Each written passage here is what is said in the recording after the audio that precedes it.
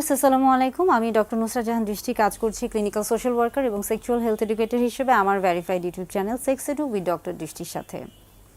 সবসময় আপনাদের সামনে বিভিন্ন ধরনের যৌন স্বাস্থ্যমূলক বার্তা নিয়ে এসে হাজির হই। আজকে মূলত কথা বলবো পুরুষ লিঙ্গ নিয়ে, অর্থাৎ পেনিসের বিভিন্ন তথ্য নিয়ে। অনেকেই বা বিশেষ করে দেখা যায় যে বেশিরভাগ পুরুষই তাদের পেনিস বা পুরুষ লিঙ্গ নিয়ে অনেক ধরনের তাদের মধ্যে দ্বিধাদ্বন্দ্ব থাকে বা তারা বিভিন্ন ধরনের দ্বিধাদ্বন্দ্বে ভুগে থাকেন। তো সেই ধরনের বেশ কিছু প্রশ্ন আমার কাছে এসেছে বা অনেকে এই বিষয়গুলো নিয়ে জানতে চেয়েছেন, সেই জন্য আজকে বেশ কিছু প্রশ্নের আলোকে তথ্য দেওয়ার চেষ্টা করব বা প্রশ্নগুলোর উত্তর সহজভাবে দেওয়ার চেষ্টা করব। তবে প্রথমে বলে রাখি যে কিছুদিন আগে আমার কাছে একজন মহিলা এসেছিলেন তার সন্তানকে নিয়ে, এবং বাচ্চার বয়স খুবই কম, প্রায় 4-5 বছর বয়স, এবং তিনি খুবই ঘাবড়ে গিয়েছিলেন কারণ তিনি কিছুদিন ধরে খেয়াল করছিলেন যে তার বাচ্চা অর্থাৎ তার সন্তানের পেনিস বা পুরুষ লিঙ্গের দেখা যাচ্ছে যে ইরেকশন হচ্ছে বা লিঙ্গ উত্থান হচ্ছে, এবং সেটা ঘুমের ঘুরে হচ্ছে, আবার মাঝে মাঝে বাচ্চা যখন খেলছে স্বাভাবিক অবস্থায় তখনও হচ্ছে। এবং তিনি এটা দেখে খুবই বিচলিত হয়ে পড়েন এবং তিনি খুবই ঘাবড়ে যান, এবং পরবর্তীতে তিনি আমার কাছে যোগাযোগ করে আমার সাথে দেখা করতে আসেন। এবং পরবর্তীতে আমি বাচ্চাকে পরীক্ষা করে যতটুকু বুঝছিলাম যে বাচ্চার এটা খুবই স্বাভাবিক একটি অবস্থা। তাই জানাতে চাই যে আসলে হচ্ছে পুরুষ লিঙ্গ পুরুষদের ক্ষেত্রে, শিশুদের ক্ষেত্রে, বাচ্চাদের ক্ষেত্রে, সেটা একদম শিশু বাচ্চা থেকে শুরু করে সেটা এমনকি গর্ভস্থ শিশু যে কিনা মায়ের গর্ভে আছে এমন শিশু সন্তান, পুরুষ সন্তান বা ছেলে সন্তান থেকে শুরু করে কিশোর বয়সন্ধিকালীন সময় কিশোর বয়সে এবং আস্তে আস্তে তারা যখন প্রাপ্তবয়স্কে যায়, প্রবীণ বয়সে যায়, প্রত্যেকটি বয়সে কিন্তু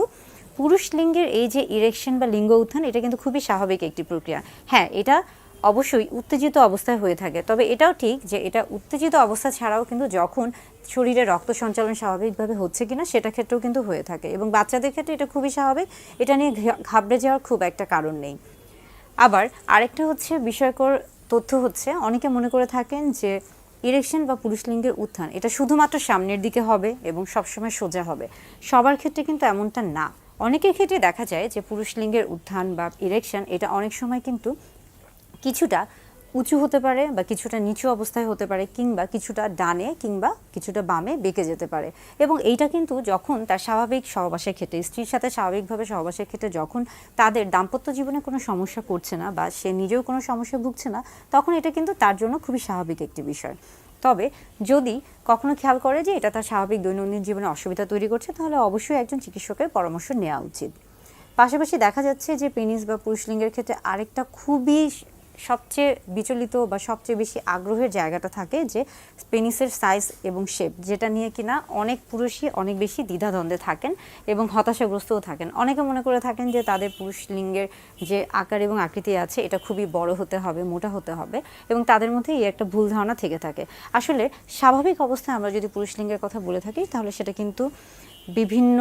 জাতি, বর্ণ, গোত্রে, এমনকি বিভিন্ন আমরা বলে থাকছি যে বিভিন্ন দেশে, এটা কিন্তু আসলে হচ্ছে নির্ভর করছে যে সে কোন জায়গায় অবস্থিত, তার শারীরিক গঠন কীরকম, তার অবকাঠামো কীরকম, তার বংশর কী অবস্থা, বা তার আমরা বলে থাকি যে জন্মগত কোনো ত্রুটি আছে কিনা, শরীরে পুষ্টির অভাব আছে কিনা, বা হরমোনের কোনো সমস্যা আছে কিনা, এই প্রত্যেকটা বিষয় আসলে পুরুষদের লিঙ্গের এই যে আকার এবং আকৃতি সব কিছুর উপর নির্ভর করছে। তবে একটা জিনিস খুবই গুরুত্বপূর্ণ যে স্বাভাবিক অবস্থায় পুরুষ লিঙ্গ মূলত দেখা যাচ্ছে যে 2 থেকে 3 ইঞ্চি বা 2.5 থেকে 3.5 ইঞ্চির মতো হয়ে থাকে, এটা আমাদের এশিয়া মহাদেশের ক্ষেত্রে, এবং উত্তেজিত অবস্থায় 5 থেকে 5.5 ইঞ্চিও হতে পারে। তবে অনেক সময় দেখা যাচ্ছে যে এটা ক্ষেত্র বিশেষে বা ব্যক্তিভেদে এটা কম বা বেশি হতে পারে। যদি আপনি মনে করে থাকেন যে আপনার ক্ষেত্রে এটা কম কিংবা বেশি, এবং সেই ক্ষেত্রে আপনি যদি এটার আকার বা আয়তন বা আকৃতি এটাকে পরিবর্তন করতে চান, সেই ক্ষেত্রে বর্তমানে কিন্তু বিভিন্ন ধরনের ডার্মাটো অ্যাস্থেটিক সার্জারি রয়েছে। আপনারা সেই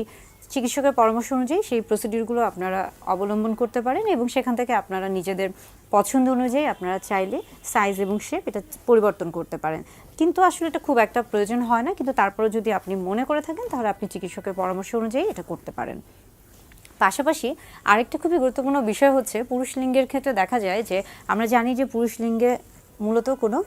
বোনস বা কোনো হাড্ডি থাকে না, সেখানে পুরোটাই কিন্তু মাংসপেশি রয়েছে, এবং যখন এটা স্বাভাবিক অবস্থায় থাকে তখন এটা খুবই নরম থাকে, কিন্তু যখন উত্তেজিত অবস্থায় চলে যায় বা ইরেকশন যখন হয়ে থাকে তখন এটা কিন্তু খুবই শক্ত হয়ে যায়, সেখানে রক্ত সঞ্চালন ব্লাড সার্কুলেশনটা তখন স্বাভাবিক থাকে বেড়ে যায়। তো সেই ক্ষেত্রে দেখা যাচ্ছে তখন এটা খুবই শক্ত হয়ে যায়। অনেক সময় মাস্টারবেশন বা হস্তমৈথুনের ক্ষেত্রে, এবং অনেক পুরুষ দেখা যাচ্ছে যে সহবাসের ক্ষেত্রে যখন খুবই তাড়াহুড়ো করে ফেলে বা অনেক বেশি উত্তেজিত হয়ে যায় এবং তারা হয়তো বা খেয়াল করে না, তাদের পজিশনটা অস্বাভাবিক হয়ে যায়, এবং সেই ক্ষেত্রে কিন্তু অনেক সময় পেনিসের আকারটা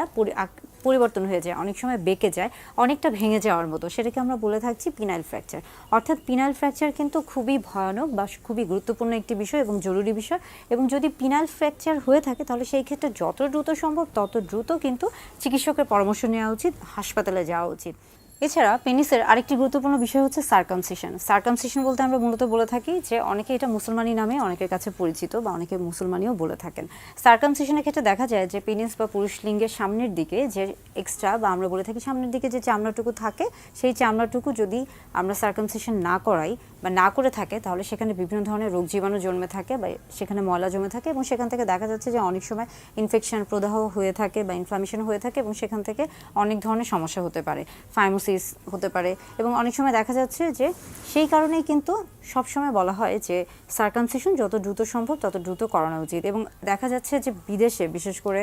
এখন বর্তমানে আমাদের দেশেও বাচ্চা জন্মানোর সাথে সাথে, অর্থাৎ ছেলে সন্তান জন্মানোর সাথে সাথেই দেখা যায় যে তাদেরকে কিন্তু সার্কামসিশন দেওয়া হয়ে থাকে, যেন পরবর্তীতে তারা এই ধরনের ফাইমোসিস বা এই ধরনের কোনো সমস্যায় না ভুগে থাকে। পাশাপাশি আরেকটা জিনিস হচ্ছে যে সার্কামসিশন যদি না করানো হয়ে থাকে সেই ক্ষেত্রেও এই যে চামড়াটা সামনের দিকে থাকছে, সেই চামড়াটা যখন জোর করে পিছনের দিকে টেনে আনা হচ্ছে, এবং অনেক সময় কিন্তু যখন পিছনের দিকে জোর করে আনা হচ্ছে তখন এটা আটকে যেতে পারে, তো সেই সমস্যাকে আমরা বলে থাকছি বা সেই কন্ডিশনকে আমরা বলে থাকছি প্যারাফাইমোসিস, এবং এটাও কিন্তু একটা হচ্ছে সমস্যা। তো সেই ক্ষেত্রে আসলে ফাইমোসিস বা প্যারাফাইমোসিস যে কোনো ধরনের সমস্যা যদি সার্কামসিশন করা হয়ে থাকে তাহলে সেই ক্ষেত্রে এই ধরনের সমস্যাগুলো সম্মুখীন নাও হতে পারেন বা হবেন না। তো পুরুষদের ক্ষেত্রে আসলে সার্কামসিশন খুবই গুরুত্বপূর্ণ। আর আরেকটা বিষয় হচ্ছে যে পুরুষদের ক্ষেত্রে প্রত্যেকটা বিষয়, বিশেষ করে পেনিস বা পুরুষ লিঙ্গের যে বিষয়গুলো রয়েছে, সাইজ এবং শেপ বা পুরুষ লিঙ্গের নিয়ে যত ধরনের প্রশ্ন, এই প্রত্যেকটা জিনিস নিয়ে কিন্তু আমার ভিডিও বার্তা আছে, আপনারা চাইলে এই ভিডিও বার্তাগুলো দেখে নিতে পারেন। এছাড়া আজকের যে বিষয়গুলো ছিল মূলত বাচ্চাদের ক্ষেত্রে পেনাইল ইরেকশন কিংবা পিনাইল ফ্র্যাকচার, তারপরে পিনাইল আমরা বলে থাকছি যে বিভিন্ন ধরনের সার্জারি, এই বিষয়গুলো আসলে হচ্ছে অনেকে জানতে চেয়েছেন, সেই জন্যই মূলত আজকের ভিডিওটা তৈরি করা। কেগেল এক্সারসাইজ কি, কেগেল এক্সারসাইজ কিভাবে করে, কেগেল এক্সারসাইজ কেন করে, কেগেল এক্সারসাইজ কি অনেক কঠিন বা এটা করলে কি উপকার পাওয়া যায়, বা এটা কি ছেলে মেয়ে উভয় করতে পারে কি না, বা এটার ফলে হচ্ছে ছেলে মেয়ে উভয়ের কোনো আসলে কোনো হচ্ছে হেল্প হয় কি না বা সাহায্য হয় কি না, এই প্রত্যেকটা বিষয় সম্পর্কে হচ্ছে জানতে হবে। এবং এটা জানার জন্য অবশ্যই চোখ রাখুন আমার YouTube channel sex edu with doctor দৃষ্টিতে। আজকের যে বিষয়গুলো ছিল মূলত বাচ্চাদের ক্ষেত্রে পেনাইল ইরেকশন কিংবা পিনাইল ফ্র্যাকচার, তারপরে পিনাইল আমরা বলে থাকছি যে বিভিন্ন ধরনের সার্জারি, এই বিষয়গুলো আসলে হচ্ছে অনেকে জানতে চেয়েছেন, সেই জন্যই মূলত আজকের ভিডিওটা তৈরি করা।